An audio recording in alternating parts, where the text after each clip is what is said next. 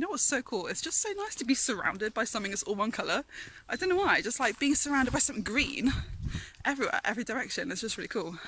And purple. I swear I'm not normally this sensitive about this kind of thing. I'm not normally so in touch with nature, so this is a surprise for me too. Honestly, I have no idea where I am. I've never come to this part of the woods before. This is how like horror stories start, or like Twilight or something. Classic. So this morning I was just having a little prayer time with God. I thought, you know, I'm just going to ask God, what is it that he wants me to say to you guys today? And immediately I thought of Zacchaeus. If you don't know the story of Zacchaeus, I will insert the passage in the description box, but just for a quick summary. My ear is blocked. Is it fixed? I think it is. Zacchaeus was a little guy and he was a tax collector, which meant that he was really hated by people because he was known to cheat them out of their money. And Jesus was walking through Jericho, and so there were crowds of people that wanted to see him. And Zacchaeus, he was a little guy, so he jumped up into a sycamore tree to get a better view. And as Jesus walked past, Jesus called up to Zacchaeus and said, Zacchaeus, come down from the tree, I'm going to have dinner with you today. Which was like a huge honour. Like, Jesus is a pretty cool guy. And immediately Zacchaeus jumps down and is like, yes, of course. And all the people in the crowds are saying, Jesus, why on earth are you going to go and have dinner with him? He's a sinner, he's a cheater, he's a horrible man.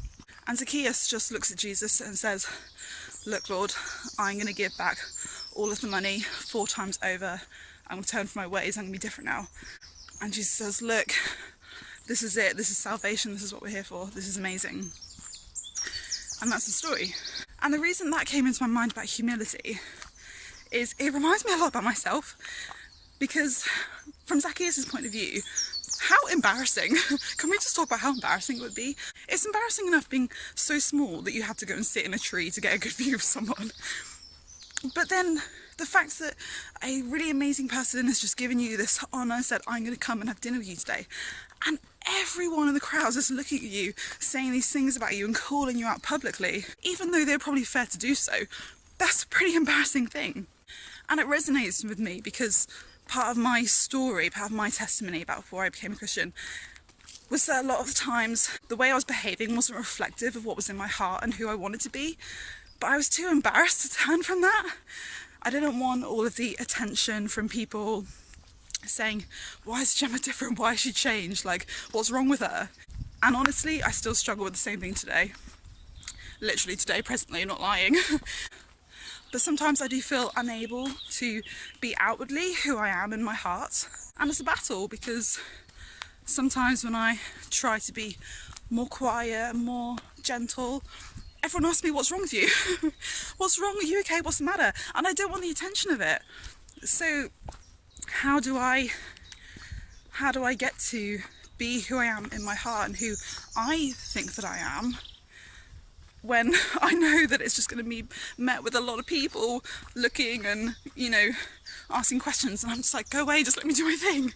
And what struck me is that, you know, we talk about what humility is. What is humility? It's about putting others before yourself, right? But it's also about putting God before ourselves. And so my embarrassment shouldn't be a reason for me not to be who I think God has called me to be. You know, one day when I meet Jesus face to face, if he asks me, hey Gemma, I called you to be this person, I called you to be Christ-like, and I know that you were holding back on things, so why didn't you just be open to who I want you to be? Am I really going to look him in the face and say, well, I was embarrassed and that was more important to me? Oh my gosh, like, it's a hard question, but it's true. Furthermore, this is also embarrassing for me to say, even on this video, because people are going to be watching.